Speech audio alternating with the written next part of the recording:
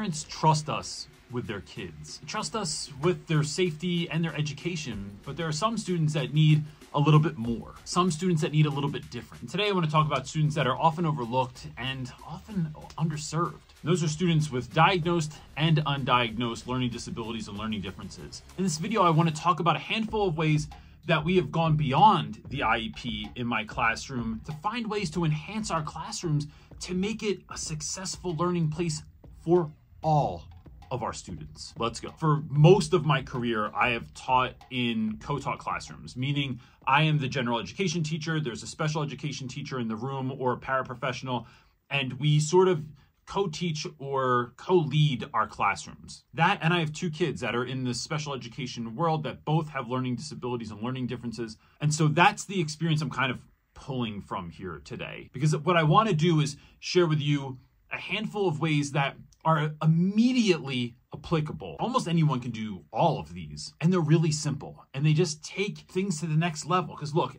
the schools that I have taught in have had some pretty cookie cutter IEPs and 504s, meaning they typically have things like preferential seating, repeating directions, having oral directions, providing additional assistance for core skills, chunking your work, things like that. All stuff that's good. But when everyone has the same thing, when every kid, 12 kids in a class of 30 that have preferential seating, and in my school that meant sitting in the front row, bro, we don't have 12 seats in the front row. And when I would ask about this, I'd be told to figure it out. So if the IEP is the stepping off point, I think it's, well, what else can we do? And so I'm going to tell you, the first thing that I do in every single IEP meeting, typically at the end, is, this should come as no surprise, I ask parents, what do I need to know before you leave that is going to help me to teach your child better?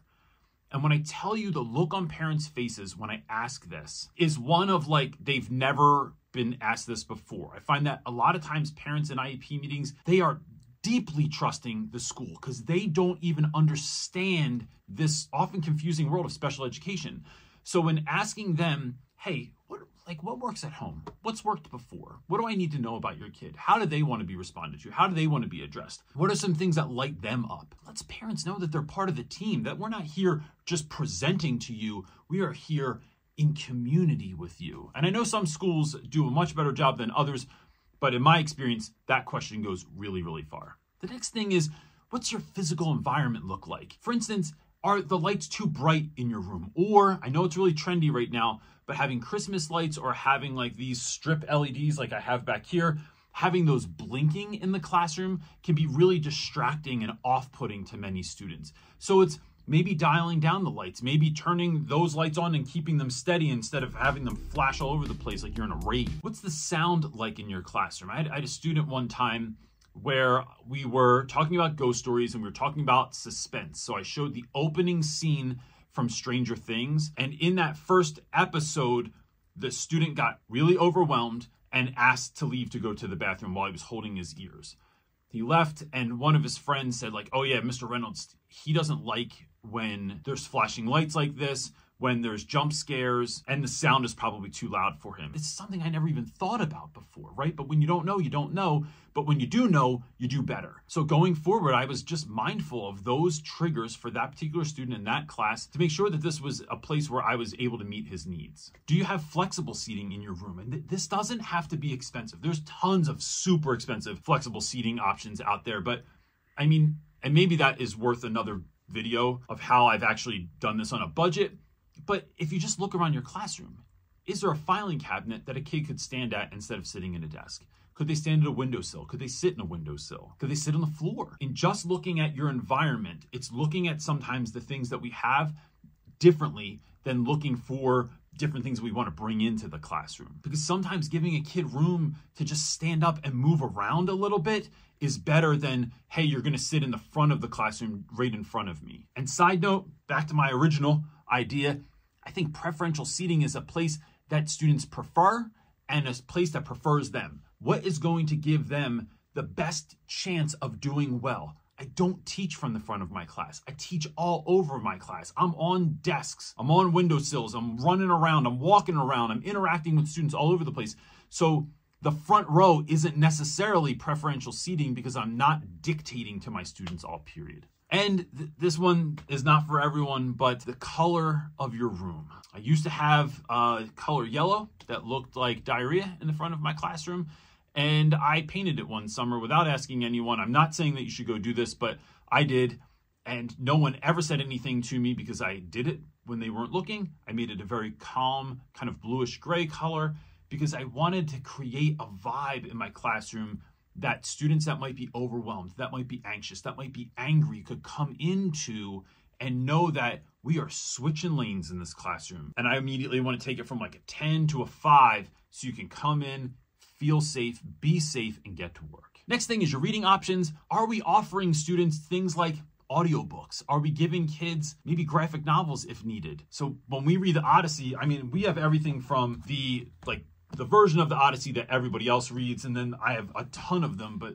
you know, there's like reader versions of the Odyssey that are much simpler text that are going to still get the same story across, that are going to have some of those elements that you're talking about in class, but it's going to put it on a level that's more accessible for some students. And then for some kids that are like English language learners, getting a graphic novel where you have the images and the text together helps make a lot more sense to students and doesn't make them feel so left out. Or using things that are like a text-to-speech, like I'm constantly talking about the Orcam device on this channel, and this is not a sponsored ad, but it is a really great piece of technology. My son uses it at school. He plugs his headphones or uses Bluetooth on the Orcam, puts them in his ears, and he can read along while the Orcam is reading any printed text. Next, I think building confidence in students is beyond important. It's something that is not talked about enough, especially kids that have sometimes been failed by the school system or have been underserved in the past. And so when you're coming into my 9th grade literature class on a 2nd grade reading level, when I'm chunking those assignments, I am celebrating every single win. Because what we want to do is help kids feel like they can do it. I'm not giving out 8th place trophies here, but I'm celebrating your growth. I'm not celebrating just passing and failing grades. I'm celebrating your growth, your achievement, your ability to grow and to do better. Another way to build confidence is to create choice, right? We talk a lot about student choice in the education world, but when we are talking to parents, when we are talking to students, when we're building those relationships, when we find out that a student really loves something, right? So I had a student one time that loved making puppets. And so in the next project, when we did a project on a book, I was sure to incorporate a puppet making activity in that. Instead of just creating a poster or creating a model, it was, why not create a puppet? It completely fits into what we're doing, and it dials into that student's strengths. It also makes that student feel seen. And then when they created something incredible, everyone was blown away because how many kids make puppets? It was awesome. Similarly, we do a lot of Lego building in class. And so I had a student that never was quiet, was always moving. I mean, it was a challenge every day. I put Lego in front of this kid, silent for 3 days, like just loved it. So you already know that every project after that, there was a Lego component to it because I knew that it was a place that the student was going to succeed and was going to build confidence for them because they were doing good in class. Fidgets are another really great tool in class. I think I'm going to make a whole nother video on like what are my best fidgets and what fidgets are like an utter nightmare. It's so distracting. Because I've met some teachers that do some really great stuff that I never thought of until they kind of put me onto it. But giving students something to manipulate in their hands. Some of my favorites are Velcro under the desk. It's pieces of silly putty or pipe cleaners are all really cheap options that students can manipulate, calm themselves with, help them focus, things of that nature. And look, on that note, my next point is really just because someone's not diagnosed doesn't mean there's not an issue.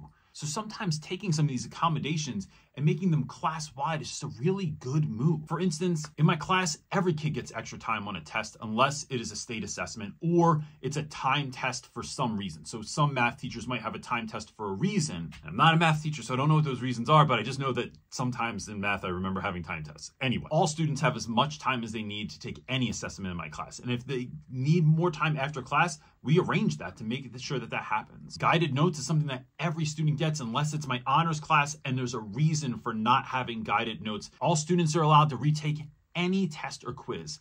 They just have to do it at a certain date and time.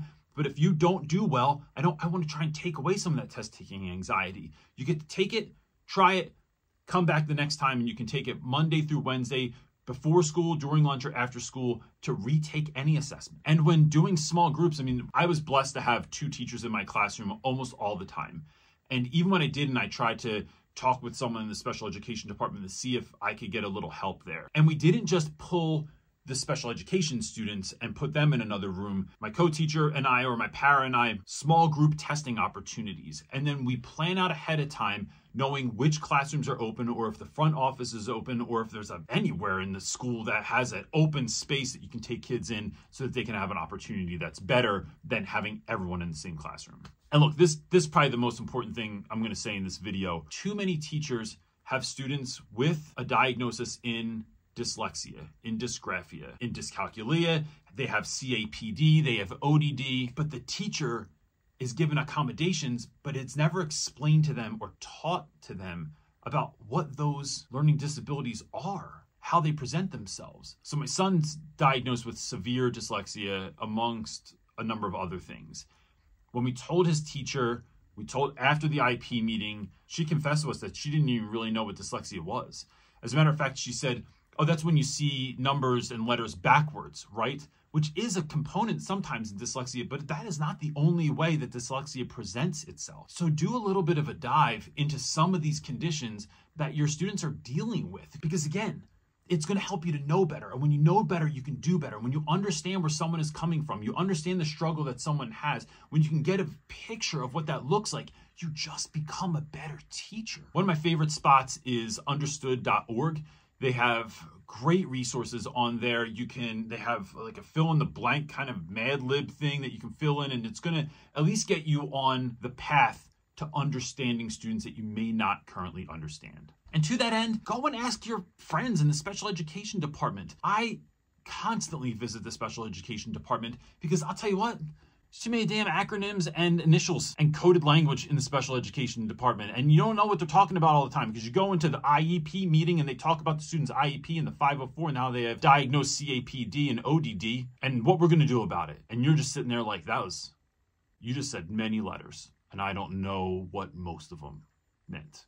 But I'm going to sit here and nod so I don't look stupid. Going in and asking what things mean, what best practices are, talking about specific students, and seeing some of those accommodations and asking, like, what's the best way that I can serve this student in class that's going to help them to succeed? Look, before you go, I'd really love to know in the comment section, what are some ways that you serve your underserved students or your students that just might need a little bit more, but it doesn't show up on the paperwork? How are you caring for and loving those kids in special ways in your classroom? Please, as always, do all the YouTube stuff, like and subscribe and all that stuff, and consider sharing this video if you really think it's going to help somebody else in your school or in your life. That's it, gang.